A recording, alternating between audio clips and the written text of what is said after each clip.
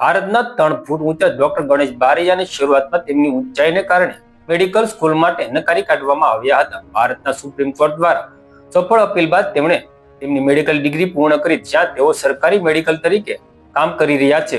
ગુજરાતના ગણેશ બારૈયાએ નીટમાં સારો સ્કોર કર્યો હતો, પરંતુ તેમને ડોક્ટર બનવા માટે અયોગ્ય જાહેર કરવામાં આવ્યા હતા અને એમબીબીએસની સીટ માટે નકારી કાઢવામાં આવ્યા હતા, કારણ કે તે ફક્ત 3 ફૂટના છે. 3 ફૂટાઈની ઊંચાઈ અને માત્ર 14 કિલો વજન, બાળક જેવો અવાજ અને 72% ડિસેબિલિટી સાથે મેડિકલ કાઉન્સિલ ઓફ ઇન્ડિયાએ તેમને એડમિશન માટે અયોગ્ય જાહેર કર્યા હતા. પરંતુ ગણેશે ક્યારેય હાર ન માની તે પોતાના સપના પૂરા કરવા માટે લડતા રહ્યા. હાઈકોર્ટથી સુપ્રીમ કોર્ટ સુધી પોતાનો કેસ લઈ ગયા. 2018માં સુપ્રીમ કોર્ટે તેમના પક્ષમાં ચુકાદો આપ્યો અને 2019માં આખરે તેમણે એમબીબીએસમાં પ્રવેશ મેળવ્યો. દ્રઢ નિશ્ચય અને સખત મહેનત સાથે આ કમાલ ડોક્ટર ગણેશ બારૈયાએ કરી બતાવી. નાની શરૂઆતથી મોટી સિદ્ધિઓ મેળવી શકાય છે, તે ખરેખર આ કામયાબીના હકદાર છે. અભ્યાસ પૂર્ણ કર્યા પછી ડોક્ટર ગણેશ ભાવનગરની મેડિકલ કોલેજમાં ઇન્ટર્નશીપ કરી રહ્યા છે.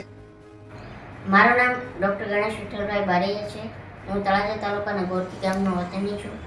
મારી આગળ જે સમસ્યાઓ વિશે વાત કરું તો જ્યારે મેં 12th સાયન્સ પાસ કર્યું નીલકંઠ વિદ્યાપીઠ તળાજામાંથી, અને ત્યારબાદ આવતી નીટની એક્ઝામ મેં પાસ કરી અને એમબીબીએસમાં એડમિશન માટે એપ્લાય કર્યું, તો મેડિકલ કાઉન્સિલ ઓફ ઇન્ડિયા દ્વારા મને રિજેક્ટ કરવામાં આવ્યો મારી વિકલાંગતાના કારણે. આ રિજેક્શનની વાત મેં નીલકંઠ વિદ્યાપીઠ તળાજાના પ્રિન્સિપલ ડૉક્ટર દલપતભાઈ કાતરિયા અને રેવસી સરવૈયાને વાત કરી, તો તેમણે ગુજરાત હાઈકોર્ટમાં કેસ દાખલ કરવાનો નિર્ણય કર્યો.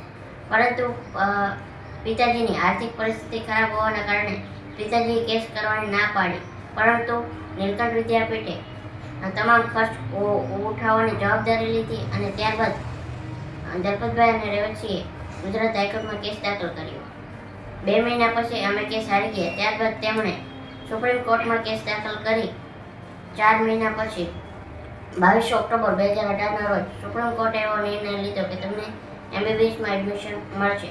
માટે મેં 1 ઓગસ્ટ 2019ના રોજ ગવર્મેન્ટ મેડિકલ કોલેજ ભાવનગરમાં એમબીબીએસમાં એડમિશન લીધું અને એવી રીતે મેં મારું એમબીબીએસની સ્ટડી સ્ટાર્ટ કરી અને માર્ચ 2025માં ઇન્ટર્નશીપ સાથે મેં મારી એમબીબીએસ પૂર્ણ કરી અને એમબીબીએસની ડિગ્રી પ્રાપ્ત કરી.